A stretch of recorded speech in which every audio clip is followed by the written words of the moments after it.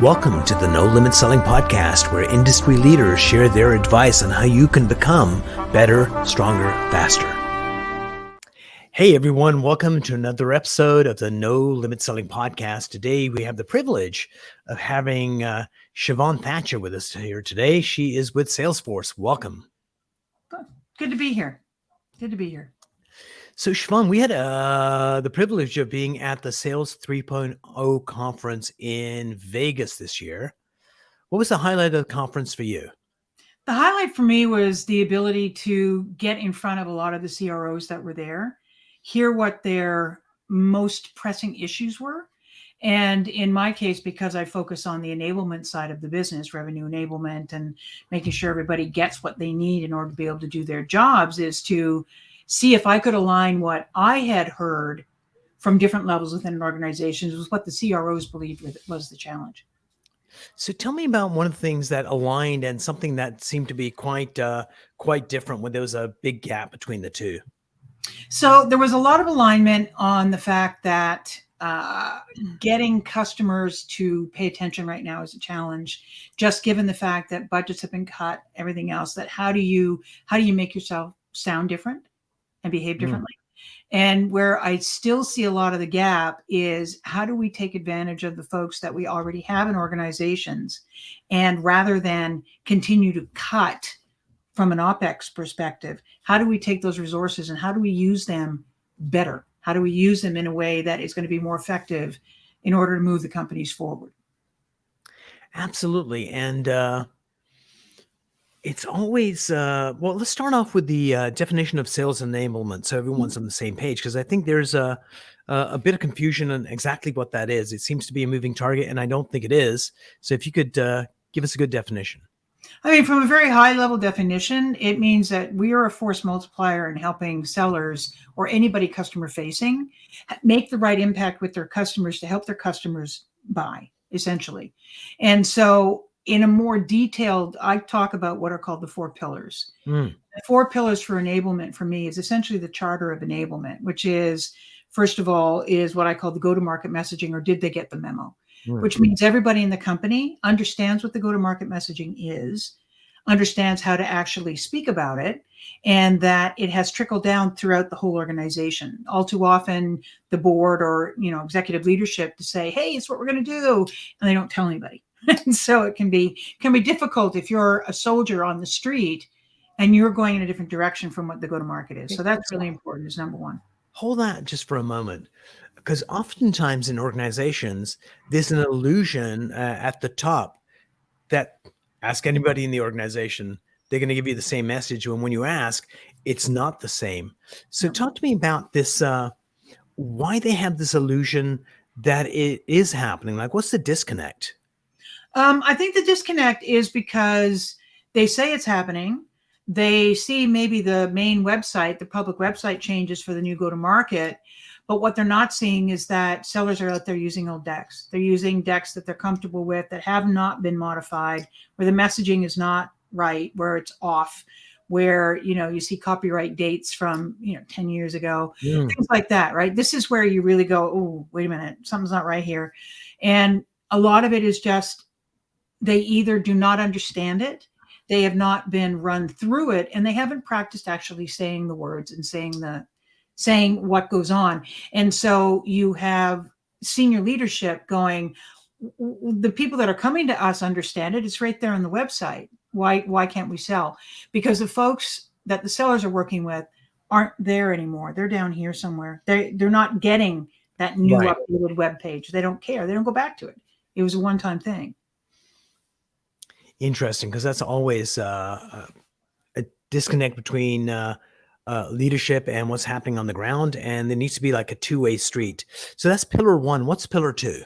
So pillar 2 is, speaking of websites, pillar 2 is all the content, all the assets, all the decks, all the messaging, all the outbound scripts, everything that you're using in the way of an asset to get that message across. It's all on the same message. And it's the current message, right? And that is really what the second pillar is about. That's really around content, assets, making sure that there is a consistency to what that is and what it looks like. So no matter how your prospects or customers are coming to you, that they are seeing and hearing the same thing. And it's the message that you want to put out there right now.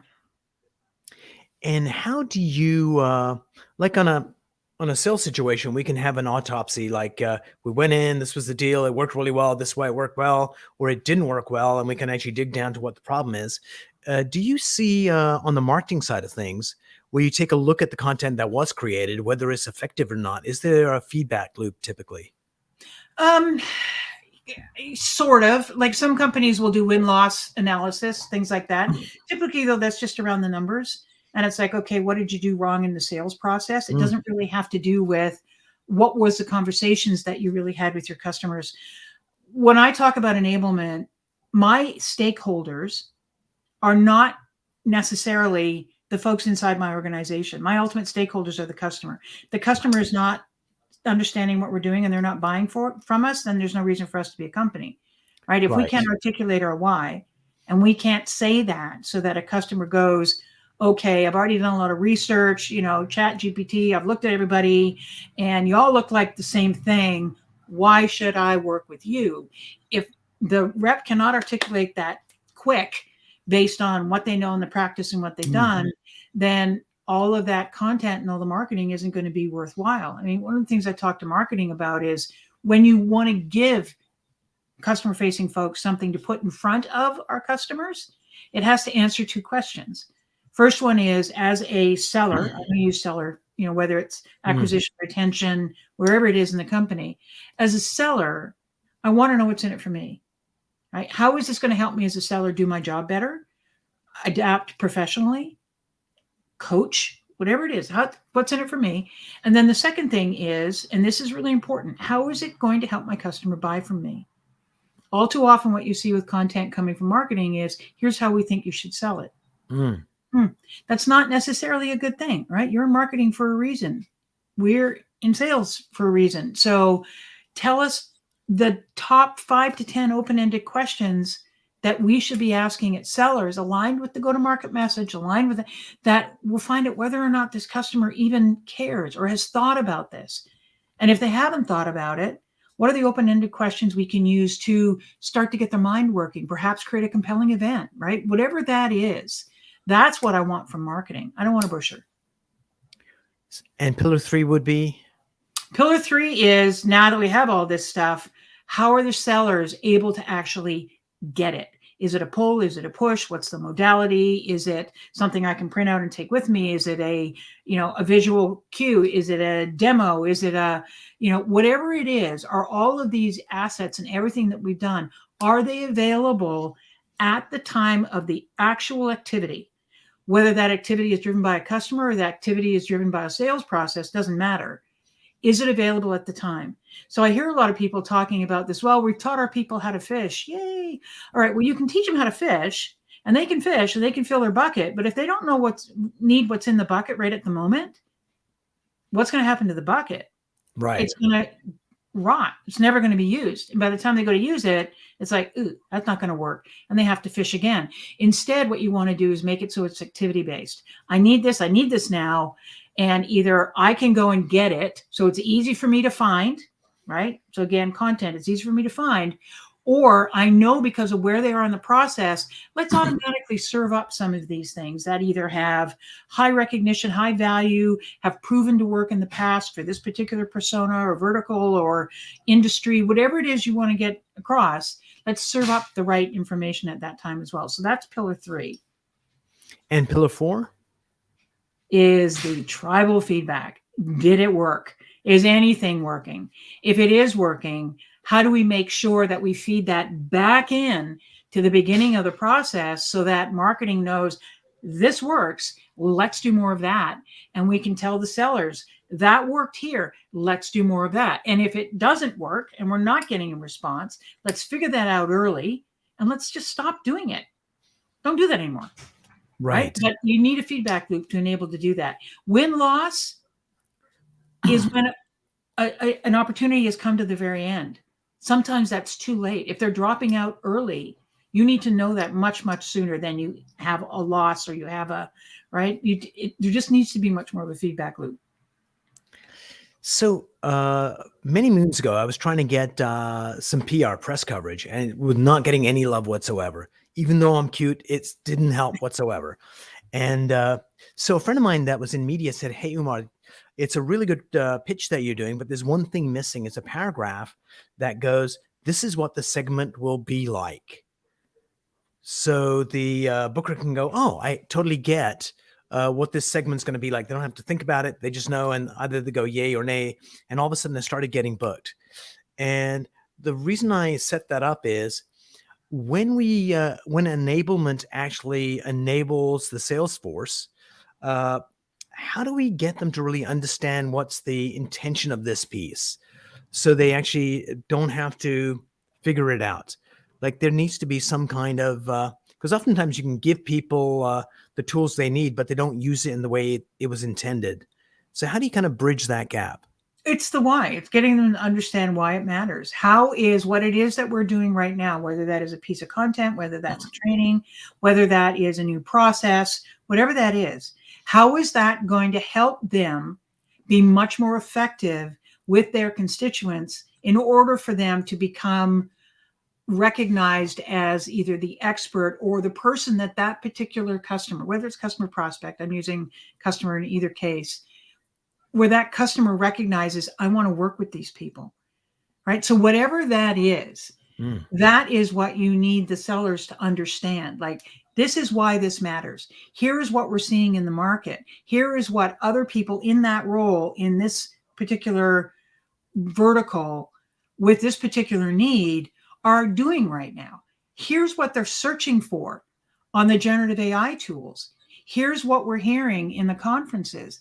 Passing that information along to say, this is why it matters.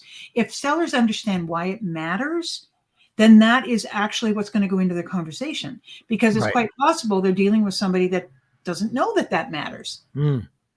So that's really what you need to do. So how do you fit into, so you've got business development, you've got sales, you've got marketing, sales enablement. So get me a better sense of how you fit in, because it seems like you have a much closer relationship to marketing than the traditional sales side, like kind of bridge that gap, or am I reading that right? I like to use, imagine three things. You've got a telescope, you've got binoculars, and you've got a microscope, okay? So the microscope is sales ops, rev ops, whatever you want to call it. These are the folks that are looking at the data, doing the analysis, imagining what's going on, lead gen, all that. Those are those folks. They are the microscope. They're looking deep, deep down deep. The telescope is much more of the sales leadership and marketing and some of the others saying, where are we going? What does the future look like? Let's look out further to see where we could be going to. That's the telescope. We are the binoculars in the middle. We are the ones that can see up close and we can see far away, right? And we know what these folks think they're seeing, and we know what the data is telling us. How can we marry the two so that we've got it so we can actually see it, right? Because a lot of the telescope work is out there, right? Maybe there isn't a whole lot of proof, but we think that's what's happening. With the binoculars, it's there. You got it. You can see it. So that's kind of where enablement is. We are the one group within an organization that typically talks to every other group in the company. So you see the big picture. We see the big granular. Yeah. Right. And provided we've got the relationships that we need, so that strategic partnership with sales, that strategic partnership with marketing, provided we built those bridges, then we can be the ones to bring it all together. Excellent. So on the marketing side of things, oftentimes they have to divine what customers want in the future. And sometimes they're right, and sometimes they're not. So how does that work at Salesforce? Like, how do they get a finger on their customers and what solutions would be needed 2 years from now? Yeah, are they thinking? There isn't really that much I can say about Salesforce at this point. Oh, okay. I haven't been So just generally, if you can answer that generally, how does that work? I think it works like every other marketing organization, right? It's what does the data tell us? What are our customers telling us? We're coming out of Dreamforce, right? This huge conference. Mm, What did we hear? What are we hearing? Are we hitting the mark? How many demos were done? What were they done about? Right? And they had tons of customer meetings, and they had, right? All of that is all now going to be brought together, and decisions will be made way above my pay grade. But there right. are, all of these things feed in. The one thing I will say about the Salesforce marketing organization is it's massive. It's massive, and that's one of the reasons why the company is so big and so well recognized. How it actually works internally, I have no idea. I don't have a clue. So when you are massive like Salesforce, and actually I can see their Canadian office right through my window, the sign taunts me every day, "Come Umar, come say hello." There is a perception of who they are in the marketplace, as in what customers think of them. And as we communicate, sometimes there's a disconnect between the two. So how do you balance that? There's a blessing being such a big brand name and having such great reviews, but also it can define you in a way that, things are changing all the time. Yeah, again, I can't talk about Salesforce. I cannot speak Sure. about them. So Yeah. going to just a general, so the question was around Salesforce, but pull it back and just give me a general kind of sense of things. Because when you're a small company, nobody knows you. So you've got a challenge of, you don't know us, but we should do business. And when you have a brand name, which really helps you open doors, but sometimes you get defined in a way that may not be as accurate as you want the customers to feel about you. Well, I mean, I think that's a fight that every single company is dealing with. Doesn't matter whether it's massive and a multi tens of billion dollars company like Salesforce, or it's a small mom and pop shop, right? When the world changes and the macroeconomics that we're in right now, or we find that, all of a sudden this generative AI has become this big thing, right? When the world changes, is how are companies going to adapt to that?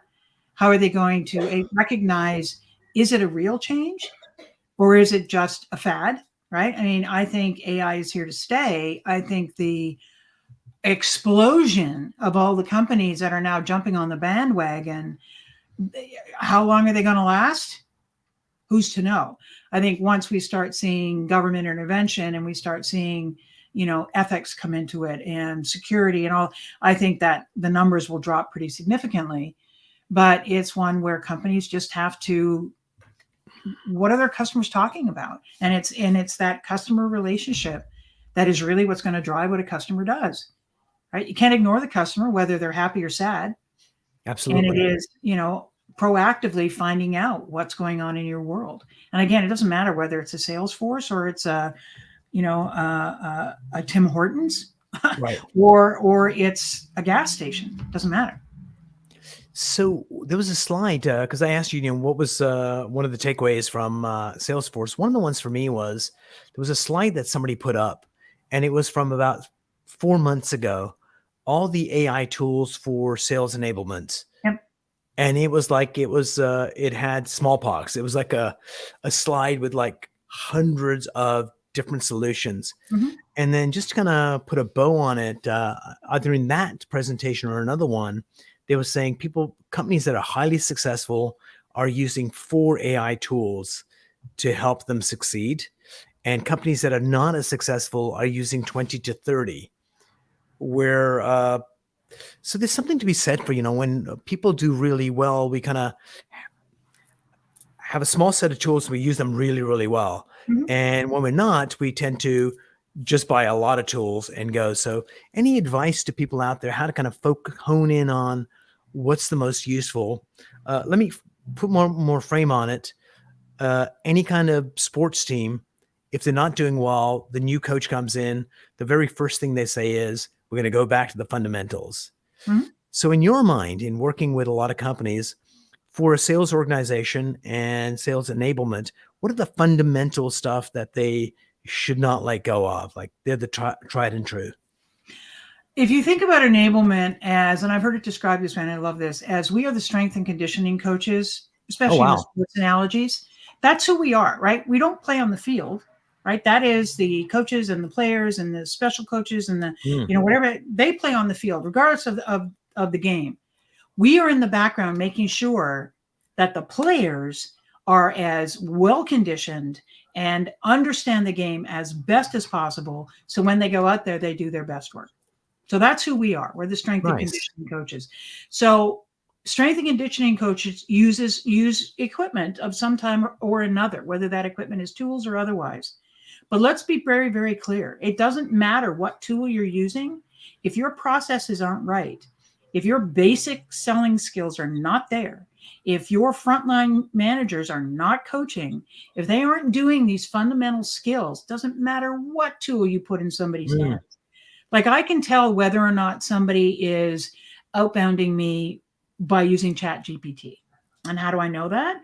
Because the outbound email I get is now 5 to 7 paragraphs long, sounds beautiful, right? I mean, the wording is fabulous. It's very, it's all wonderful, but it's not, I want 2 or 3 sentences, right? Yeah. Where I am in my role, I'm not going to read that. If you don't get my attention in the first 2 or 3, doesn't matter how fabulous the prose is. I don't care. Right. So that's how I know that chat's being used, because it helps people that may not be as well versed at writing or eloquent or whatnot come up with all this great stuff that they can use. However, what's missing is the ability to use a tool properly, which is, now that you've got all this elegant prose and all of these things, what really matters to the person that you're talking to? Because what ChatGPT thinks of value may not align at all. So it's understanding the value of the person. This is why anytime I hear somebody say, well, AI is going to replace sellers. No, it's not. AI doesn't have intuition. It doesn't have empathy. It doesn't have the ability to hear and understand and adapt like that. What it does do, though, is it could, for example, give the ability for a seller to talk to their customer, say, hey, come online with me on this Zoom. And let's go in here and let's start looking to see what we can pull together. Because what it does do is it connects the dots much faster than we ever could as humans. Things that maybe we never thought related. It can connect the dots for us. But if it's not used right, or it's not ethical, or you're just using it right out of the box, where it's just this bleh of stuff, right, then it doesn't matter how many tools you have. It's not going to matter. Like, for example, I saw a post yesterday and it was like, use this. It was 10 AI tools to use. Right. And I thought, no, how about I continue to use my notepad? Yay, that works. It was crazy, but it was, all of a sudden, all these companies are coming up with, the next best thing. We've seen this happen before. It happens over and over again. I was talking to someone who's a gun expert. Like, you wouldn't want to give me a gun, but I'd ask the question, what caliber gun should I get? He said it doesn't make a difference. If you don't know how to use it, don't bother. And it's same with the tools. So going back to a message to you as a VP, what are your thoughts on those video platforms that allow a quick 30-second video? Do you have time for that? Or is it something that you would also kind of go, get me in the first 2-3 sentences or you've lost me? If you get me the first 2-3 sentences and there's a video associated, I will typically watch the video. I think if it's a 5-minute video, forget it.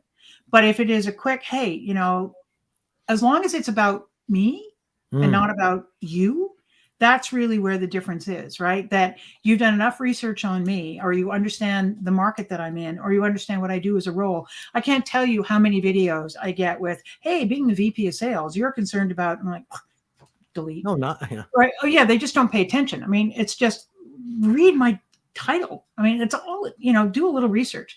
If the video is about, here's what we're hearing, as opposed to, do you have this problem? Well, I'm not going to admit to you if I have any problem. But if you're seeing something in the market that you think I should be aware of, those are great. Those are the ones I'll listen to. And some of the things you described is not AI, but as humans, because just as humans, oftentimes we're so focused on who we are and what we're selling, and don't take the time to figure out who the customer is and what they need and what their problems are. Yeah, we talk about value selling all the time. But if you look at most companies, when they talk about value selling, it's what the company considers to be of value. Value selling in its real inherent form is to figure out what the customer thinks is of value and then adapt to figure out whether or not you can help them realize that value. And that is that's a big disconnect that I see all the time. So as you do sales enablement and you say we are going after the uh, fisheries industry, and we have a good sense of what their problems are. Mhm. Not any particular fishery, but generally we know here are the top 5 problems that they have. So how do you help your salespeople navigate that? Hey, this is what we're finding. Here are the problems. By any chance, are you having any of these? Is it that kind of approach, or do you get them to research a particular company a little bit more deeply to figure out what might be the most important thing for them? Well, this is where the marketing comes in, right? So the marketing gives us the open-ended questions we could be asking, right? And then we can take those questions and say, which one of these are actually going to fit to what it is I'm looking? Let me do some research. So when I'm asking this question, I can say from a personal perspective, because I actually saw it or listened to it or spoke with somebody who does it, I have that experience of some type where I can share that experience with this customer to say, these are the kinds of things we're seeing out here. How are you handling that situation? Whether it's good or bad. I'm not saying, Right. are you failing at it or what are you doing wrong or where does this break? It's like, how are you handling that? And it's that curiosity that is really driving these conversations. And that curiosity is what's going to open up the conversation with your customers. Because if you go in there saying, our people are telling us that these are all the things wrong in your industry, how is that, how are you, how is that affecting you? I'll bet that you have this challenge, right? I get emails like that and think, I'm not talking to you. You have no idea what's going on with me. Right. So about pre-pandemic, there was a bunch of solutions. Cold calling is dead, but people that I know in the industry, it's still the best use of their time is actually if you can get a conversation with a potential buyer, it has high value. Are you still finding that the case today? Yes, I don't believe cold calling is dead. I think how it's done, outbound prospecting, how it's actually done. I think the difference is in the past where we may have had sequences that were 10 different outreaches, now you're talking 20 per person. And instead of 2 or 3 people that you're reaching out to, now it's 10 or 15 people. So the magnitude of it has expanded significantly. We're seeing that. And the tools are adapting to some extent to help with those, but it's people giving up too early or not trying every single thing that they possibly can, or they're falling into the old traps where it's all about them, me, me, me. Hi, I'm so and so. I'm from here. Here's what I do.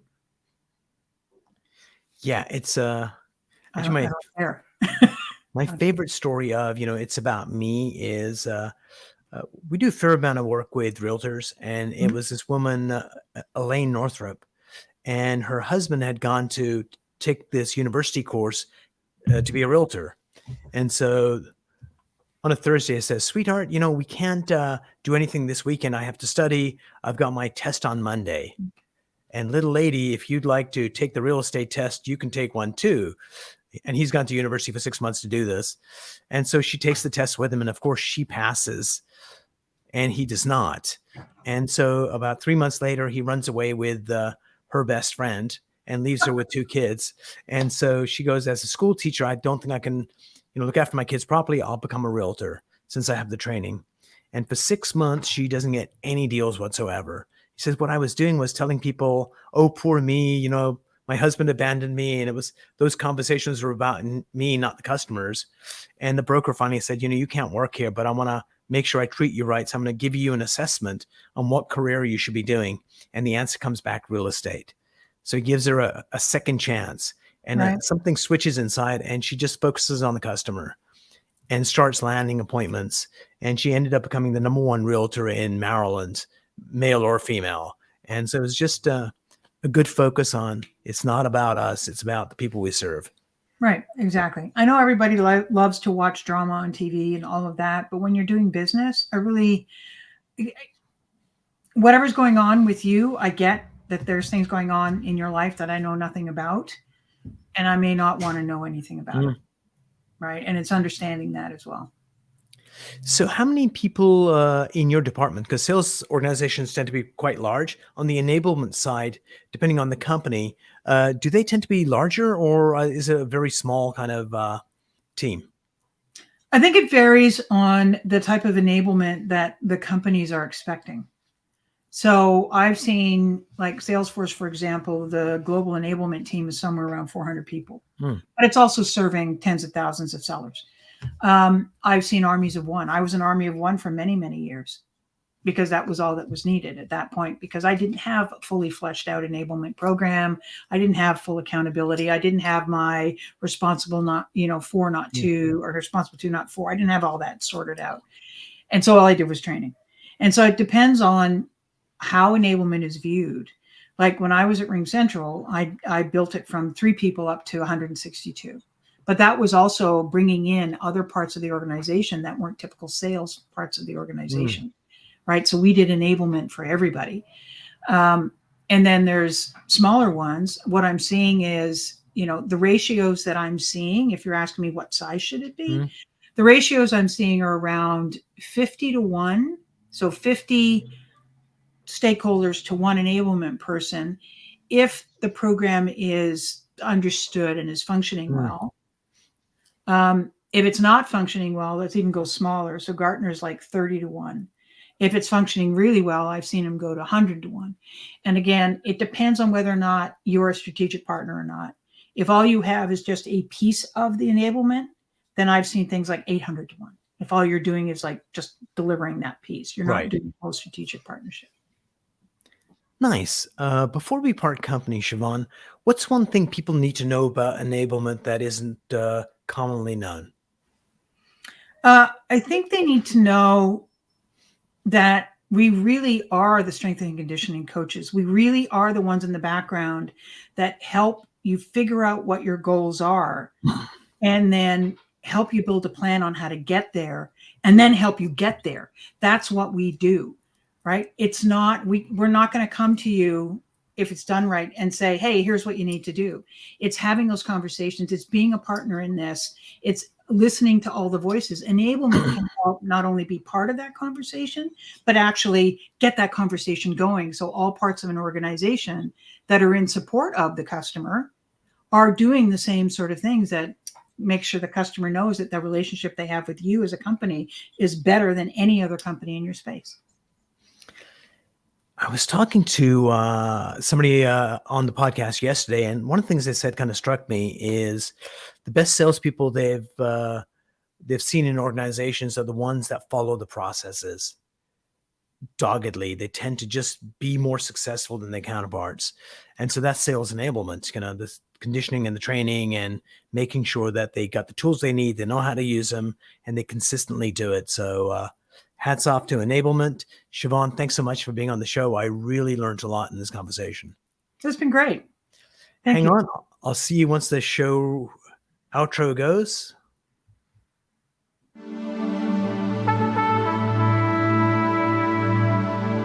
If you enjoyed this episode, please go to iTunes and leave a 5-star rating. And if you're looking for more tools, go to my website at nolimitselling.com. I've got a free mind training course there that's going to teach you some insights from the world of neuro-linguistic programming, and that is the fastest way to get better results.